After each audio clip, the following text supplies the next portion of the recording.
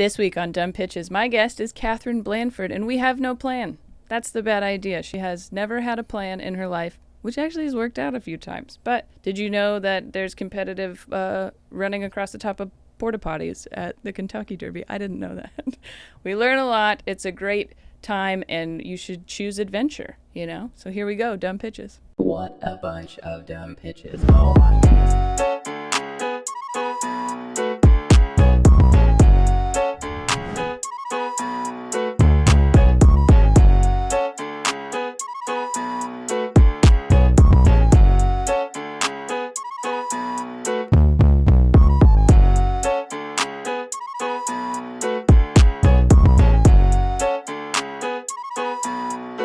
Welcome to another episode of Dumb Pitches with Monica Nevi. I'm Monica Nevi, your host. This is the show where we talk to successful people about their worst ideas. So excited for our guest this week. Katherine Blanford is here with me. Yeah. Hi. Hi. Thanks for doing it. Hi, Monica. The last time I saw you in person was maybe one of the greatest weekends of my life. Yeah. I'd like to thank your life. I'd like to thank everybody who attended this comedy festival. And I always say Minneapolis, but I think I give it one too many. Yeah, I think there's an extra innie in there, but I think it's Minneapolis. But sure, yeah. 10,000 laughs. 10,000 laughs, October 2019. Yeah, yes. Had a blast. We're like, wow, comedy's the best thing ever. We're going to keep doing this forever. Mm-hmm. And then 4 months later, yep, they were like, comedy's canceled. It's probably our fault, I guess. We had too much fun. And yeah. I did 2 festivals in a row those 2 weekends. It was too much. I didn't know you did that weekend. You were doing 2? Well, not that one, but like the weekend before and that weekend. I was in Montana the weekend before or after, I can't remember. And then that one. And it's just, if you've never been to a comedy festival, especially as a comic, it's a lot of fun, meaning there's a lot of drinking and staying up late and drugs and whatever else. And I was so fucking tired after. I bet. God, yeah. Just one comedy festival takes weeks to recover from. I don't know if you remember this, speaking of bad decisions, but like anytime I see somebody again from that festival, this always gets brought up and people have pictures of it. So the last night, right, it's like 3 nights long, and the bar above like one of the main spots that was right next to the hotel that everyone was staying at. So this was like the hub, this bar, right? This was the last night of the festival. Everybody's shows are done, so everybody's just getting wasted. And it's a bunch of comics, right? Like ruthless people, you know, people that roast people and are very good at it. And this was just the worst bar for a very drunk bride to walk into with her bridesmaids. Do you remember this? Yes, I do. Because they were in that, like, there's like a corner of the, it's not a corner, but there's a little up step, and they were kind of in that area. And Right. And I remember I was in the bathroom, and like I heard all of them come in, and they were singing Lizzo, and I was like, oh, this is gonna be, they're gonna be annihilated. By the end of the night, people have pictures of this. The bride was outside sleeping on the ground, like was crying and passed out and like one of her bridesmaids was like stroking her, like consoling her. There was no groom to be found. Then I think they like dragged her across the street, and all of like people, we were like taking pictures and just like roasting her from across the sidewalk, like just a mob of mean drunk comics. The worst wedding night you could imagine is, I mean, well, and we don't even know the story of where her husband went or her partner. Oh my gosh. Yeah. What a fun. Yeah. I mean, it was a shit show every single time we were just in that bar at the end of the night. It was just, even during the day, I feel like we hung out in the bar too early a few times. And I was like, okay. Oh yeah, people would start out there. They'd start out there at 10 a.m. and be like, my show's at 4 p.m. I guess I'll stand in here. I'll just stand here and drink for 6 hours. Anyways, good times. Yes, we haven't actually seen each other since then, I don't think. But okay, well, hold on. Before we get into too much here, we like to start with your good ideas so people know you haven't only had bad ideas. So Katherine Blanford, crushing it right now. You've been on The Tonight Show. You have an album called Salt Daddy. Yes. A podcast called Cheaties. You got a Don't Tell set. You're on this like pretty expansive tour right now. It seems like you're very busy, and you're in Chicago right now, right?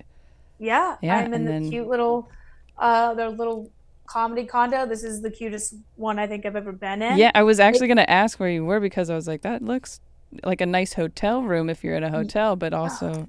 It's adorable. It's sort of it felt too nice, and then I opened up like one of the bathroom drawers, and there was just an onslaught of just random assortments of There you go. condoms, and I was like, this is a comedy condo Yeah, now. you gotta This is make it. You make every comic feel comfortable by putting right, something weird in the drawers. right, Not right. that that's So that now weird, I but know, and I thought I was in the wrong condo at yeah, first. you always have to be brought back to the fact that somebody's had sex or jerked off in there. So Very recently. very I recently, smell it. everyone actually. That's what. Mhm. So you're doing well, but that's not what we're Yes. here to talk about. We want to hear your bad ideas. So when I kind of gave you the criteria, what did you come up with? Okay, so I just want to go with I don't know if people I know I'm sure some people like pitch their creative ideas, not me. No. We're gonna go life. We're gonna go life Yeah, I decisions. honestly, my audience kind of prefers a good life story. So I think, and we haven't heard one in a little bit, so I'm excited. Perfect. Well, I would just say mine is that I've never had a plan. Like really, I've just flown by the seat of my pants, and it's ended up here, which is fantastic. But I truly just did things that in the moment was like this is going to be fun. This doesn't make sense for my future, but I'd rather do this. I like in every moment in my life to like I'll start. I remember like for college I lived in Kentucky. I grew up in Kentucky, and I wanted to go out of state, and I found this loophole called academic common market where if you would have to do a program in another state that wasn't offered anywhere in your state. Mm, And I found this random program, and I could go to school at the University of South Carolina. It was called Sport and Entertainment Management. there you I go. don't know. I thought I wanted to do journalism. Did you have Um, any? Were you like interested in sports at all before then, or you just? no, truly, what I did, I was like, I could do this, and I just started watching ESPN. It has nothing to do with like actual like sports. It's like has more to do with like venue management and stuff. Okay. So I went to South Carolina, just picked a major that I got in state for. Do you understand what I'm saying? Like Yeah, yeah. I had no They didn't have it interest. in Kentucky. You just found one No, that would get you out of the state and said, sure. right. And Okay. didn't know anyone in college.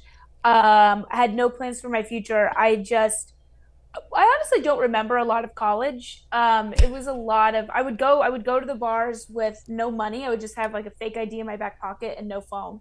And it's amazing that I'm alive I was here. gonna say, That's how geez. I yeah, I just honestly, this is if you live life like this, you end up in places where you didn't expect because you had no plans of ending up anywhere. And every day is a ride. Every day is a joyride because it's like, where will I be at the end of the day? Yeah, it's Where will I pretty. be at the end It's of the month? You don't know. And this is such a fun way to live. I've had never a not blast. fun. It seems, could be Yeah, dangerous, but it's fun. yeah.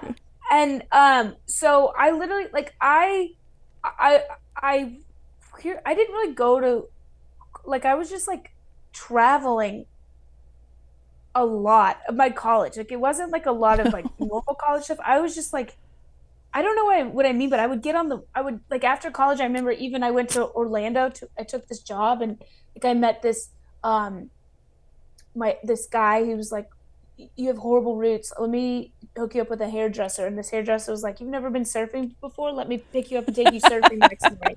Hooked me up in his like, remember those toaster oven cars, those little Yeah, yeah. with another man. Don't know this man. Could have died with surfboards on the top. They took me out to Cocoa Beach. Turns out it's like Carrot Top's brother. We went to like a surf shop in the middle of the day for lunch, and it's like and then we like went night surfing. I could have gotten eaten by a shark. And I look back and I'm like, these are the most fun times of my life, but they Yeah. were the most dangerous points.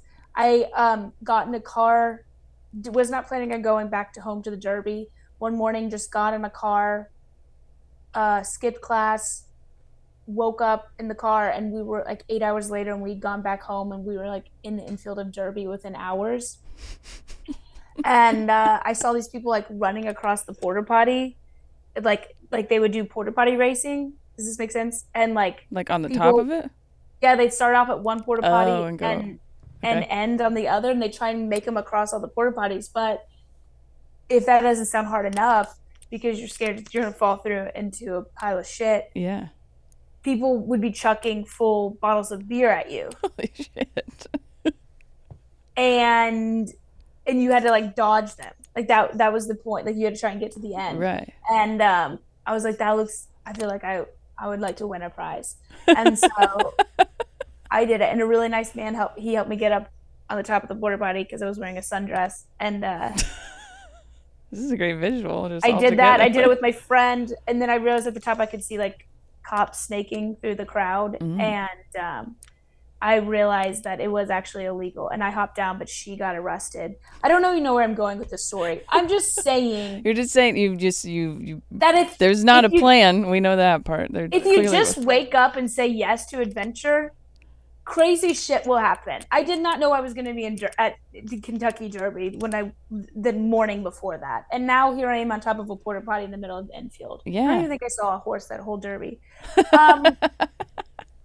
But what I say to all that to say is that these are the best times of my life. And it's the times when I just say yes to maybe like potentially dangerous situations. But they always end up the most fun. Well, and you're looking back on them fondly, even though, saying this story, you'd be like, okay, now she's going to get arrested. Maybe that's it. You didn't get arrested. So you think about it fondly. That is true. But I've gotten... I've had my run-ins with the law too. Yeah, and you still would think those choices were fine too. They were you were just choosing adventure. Excuse me, officer, I'm choosing adventure. I have learned if you start crying and you're like, I just don't have enough money to afford Monistat, that will get you out of at least some run-ins. That's effective. Yeah. Yeah. I do think the masculinity of most police officers is like, oh, girl stuff? I don't want to. Yeah, right. Yeah. But and then I literally didn't know what I wanted to do after college, and then like quit my job and became a nanny just to figure out what I wanted to do, and started doing open mics at night, and then I got obsessed with that, and then here I am. So I'm telling you, don't plan on being a doctor or a lawyer. Just keep the same job that you had when you were 12 years old during the day, and then just kind of do the shit you like at night, and that'll turn into an even more fun There you go. job. Yeah, if somebody says, get in the car, we're going surfing, just do it. Just don't worry do about it. who Go it is. surfing with strangers. Go surfing with strangers. That's good. I mean, yes, okay. And I'm sure some people are thinking there's plenty of scenarios where maybe that doesn't end up as positive as it has for you. But you're never going to know unless you try it anyway. Get in the car. Get in the car with this strange man. Yeah. And then if you do get murdered, there'll be a documentary about it. So you made it either way. That's what I'm saying. I saw a TikTok the other day that says a woman was like, I always just leave a strand of hair and my fingerprints on the window of the Uber. So in that case, you'll get your Netflix special. Yeah. That's how you get your Netflix special, is just the Uber murders or whatever. Yes. See, you just go with it, okay? Yeah. I don't know where I was going with it, but I see, like my life. You're like, with this, just how did we get here in this conversation? Even you chose adventure. Yeah, exactly. I'll be honest, like a lot of the like my don't tell set, I booked my plane flight like 2 days before I left. Like I was planning on turning it down and not going because I had a wedding to go to. And then I was like, I don't have anything to wear to that wedding. That's a good reason. And then you have a great set, and I flew to LA and did a don't tell set, and for some reason it went well, and like everything took off from there. Yeah. See, because you did not have a plan. Or you did have a plan and then did something else. Just completely. I was like, I have a shirt and jeans. I could wear this on stage, but I don't have a dress. I don't have a dress for this wedding. I mean, if you're not sure what decision to make, look in your closet first. See what attire you have and what that would be appropriate for. Then make the decision based on that. Exactly. And then you could be hanging out in very nice comedy condos with condoms. Exactly. See, I should be a life coach. Have you considered just not having a plan? That would be every session. You're like, whatever your plan is, throw it away, Yeah, I'm like, don't worry about a mortgage. Live in a van. How am I going to pay for stuff? Don't worry about that. Get that negativity out of here. Yeah. Live in a van, throw everything you own away, burn it for fuel. Figure it out. You'll be fine. That's good. I like that. I wouldn't say that I've had plans, kind of. I'm pretty bad at like sticking to a structure, though. I'm not very good with like routine. It bores you. Yeah, and I think, okay, life coach me here. I have a little bit of a self-sabotage thing where if I get real close to something, I'll stop doing it because I'm afraid of success or something. I don't know. I'm sure there's something in there. But yes, my grandfather has a similar-ish, not necessarily with the night surfing and all that stuff, but his life was very much like people said, hey, do you want to play football at this junior college? He said, sure. And I said, okay, well, people who go to this junior college study teaching. Do you want to be a teacher? Sure. Okay, well, we have this fellowship. Do you want to do this in whatever? Sure. Like everything. He ended up being, a teacher for a long time, but also like a school administrator and stuff. But he always says that to me. He goes, I didn't make any choices. I just did what was offered to me. And I didn't have a plan. And I was like, well, it worked out fine, Yeah. It's like, just do what piques your interest. Yeah. Instead of being like, no, I wanted to be a lawyer since I was 6. It's like, yeah, then you find out at 11 that lawyers are psycho. Lawyers are sad people. I was going to say, what 6-year-old wants to be a lawyer? He sounds like a creep. I think I did for a second. That's why I said okay, got it. There you go. That's why. I think some of those jobs are just because they're known to make money. Like maybe not lawyer, but like doctor or any of those. Maybe you're not connected to like helping people, but you're like, but doctors make good money. So right, exactly. But it's well, then you find out how much fucking school you got to go to and stuff, and you're like, okay, let me choose. Would you rather go to school for 8 to 10 years or whatever, or go surfing with these dudes you just met? Well, and then it could spark some. And then, like I said, we went to a strip club for lunch, and like you could have. And I did. There was nowhere else in the strip club, and so the lady working on the stage, she was really nice, and she was like, "Do you want to give a spin around the pole?" And she taught me how to spin around on the pole. You would have never acquired that skill. What if I wanted to be a dancer? You know what I mean? Yeah. I would have never known, but I didn't. But it's yeah, like I think I just mean like you learn what you like by taking those little chances and like doing things outside your comfort zone or that make you feel a little bit anxious. Yeah. But then that's where you find the little fires. Yeah, I feel like people could really use use more anxiety in their lives. That's not what I mean. You could, not that you need to have more anxiety, but when you do and you push through it or you make some type of decision, that's probably where all those fucking quotes about like success is right on the other side of fear or whatever. I don't even know if that's a quote, but it sounded pretty good. Sure. But that's kind of, this is in the same vein, even though your examples were what are you trying to say?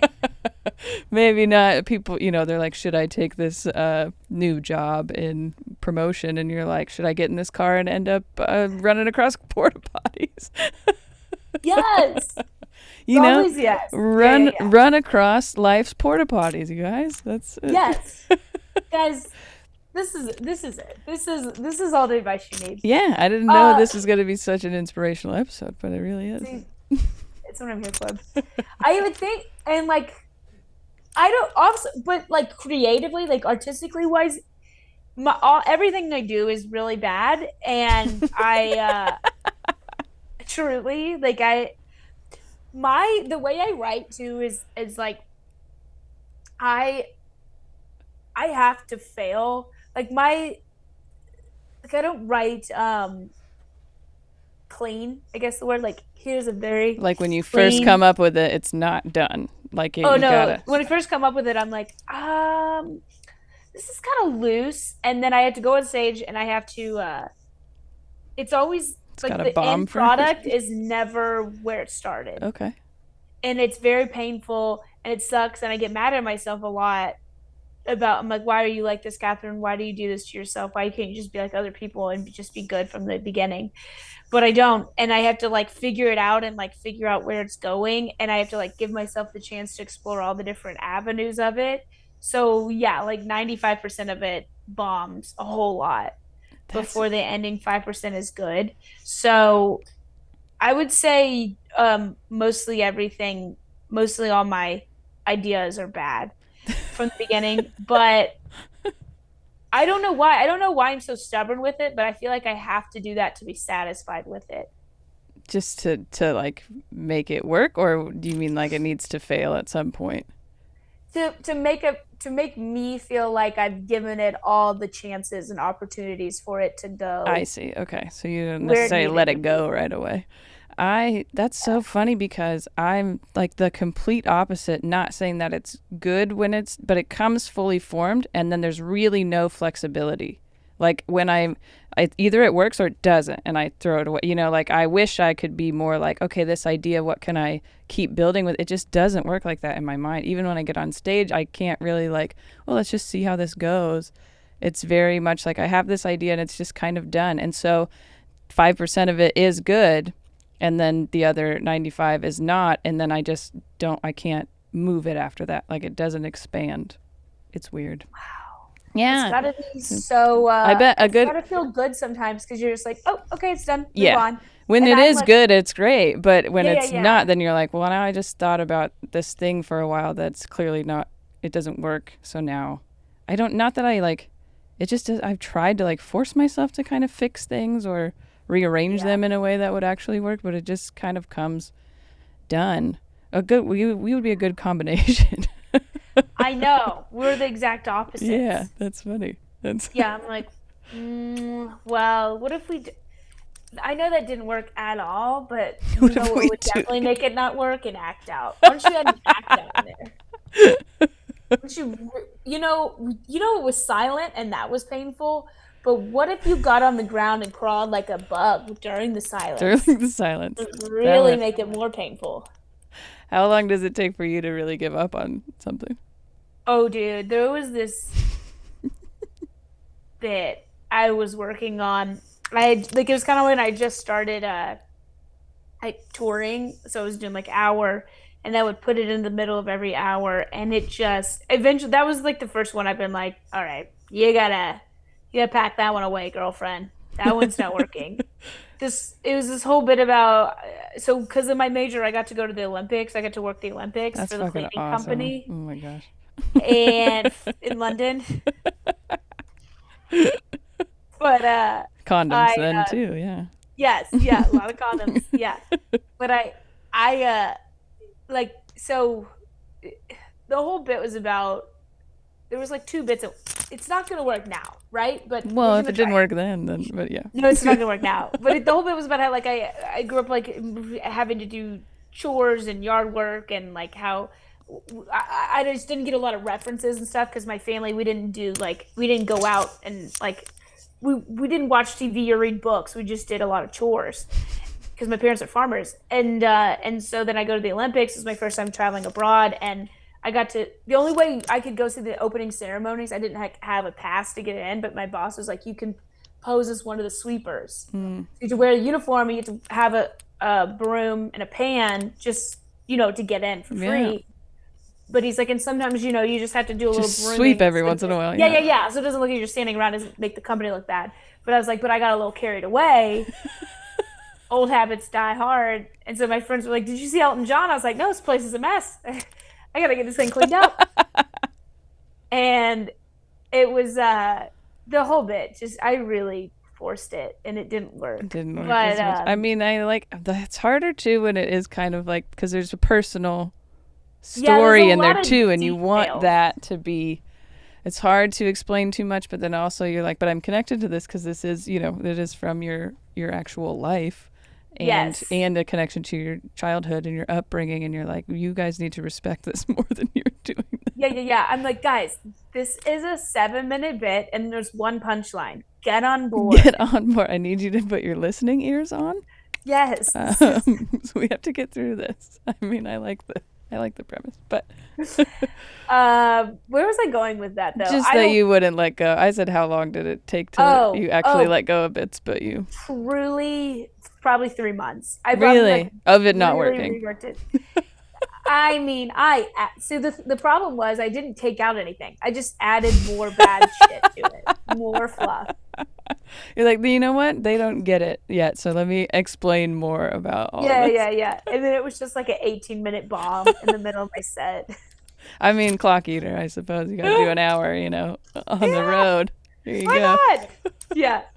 Anyways, that's my problem is that I get so, I get like, nope, now I'm determined to make it work. And it's just like, you know what? Maybe it's not the time. Maybe this is for the TED Talk one day. Yeah, now I should be like that. I feel like I'm going to take more of that for myself. It's like I should at least try it more times or something. I don't know. Okay. I get weird, like a if little it just bit, doesn't not go. Like me. Yeah, not like that. But I'll just add until you can't even practice at an open mic because you're gonna run out of time at that point. Oh. I'm not even. I don't even get through chapter 2 at an open mic. There's 18 chapters to this. Which is the even better part is that then you have to continue to try in longer sets. It's not like, here, I'm just, we'll see if this works. It's not a big deal. You're like, no, this is an hour and I could lose you in the middle of my set. And then I like to dig out of a hole. So here we go. Do you know the biggest punchline the bit would get is when it didn't do well. And at the very end, I'd go, that's new. And then that would get a big laugh. They do like it when you acknowledge that it hasn't gone well. It's a weird part of stand-up is people are like, she knows this isn't working, right? And then you're like, I know. I do know. I'm here with you. Yeah. And I was like, yes, it ended on a laugh. And I'm like, no, Catherine, it doesn't count. You can't keep making it longer just for that one thing to go, hey, it didn't work. And they're like, yeah, you could just say that part, I guess. Oh my gosh. All right. Oh, well, this was great. Thank you for doing it. If people want to follow you and come check out your dates, I know you'll be in the Northwest soon, so that's exciting, which is where we are. But so if you guys are in the Northwest, make sure you get tickets. But yeah, where can people follow you and come and see you? Come see me. I promise I won't do the bit. I want to see. Now I feel like people want to hear this Elton John sweeping bit. This whole Olympic sweeping. Yeah. No, I promise you I won't do it. The other ones are so much better. Come see me. So I'm in Chicago today. I don't know when this comes out, but tomorrow I'm in Milwaukee at the Milwaukee Improv. That's December 1st. And then I am December 6th. I am in Spokane, Washington. December 7th, Portland at the Helium. December 9th, I have 2 shows in Seattle at the Crocodile, the Here and After, inside the Crocodile. Yeah. And then I am out in LA for a little bit, and then I'm, where am I at? Oh, St. Petersburg, Florida, December 16th. And then I'm in Zany's, Nashville. I don't know if this works in anywhere else, but I'm there doing a live Cheaties podcast. I'm all over. Yeah. Great. And then it's Katherine Blanford is your handle if you want to just follow, and then you can keep up with wherever you're at. Okay, one last. That was a bad decision. Your Katherine handle? Blanford. Yeah, Katherine Blanford was taken. Yeah. So I made it's Katherine Blanford. Mm-hmm. But then when people go, what's your handle? And you go, it's Katherine Blanford. It's Yeah, it's very hard to explain. And then they're like, never, it's too hard. I don't want to try. Just search my name. It pops up, That's another thing you can always do. Just Google. It'll pop up. Yeah, exactly. Yeah, perfect. All right. Well, yes, give her a follow. Go see her live. It's fantastic. I'm excited. You'll be up here. And if you're watching on YouTube, you can subscribe and like and share and all that stuff. If you're listening, rate and review, subscribe, all those fun things. You know how it all works. And you can just keep watching Dumb Pitches.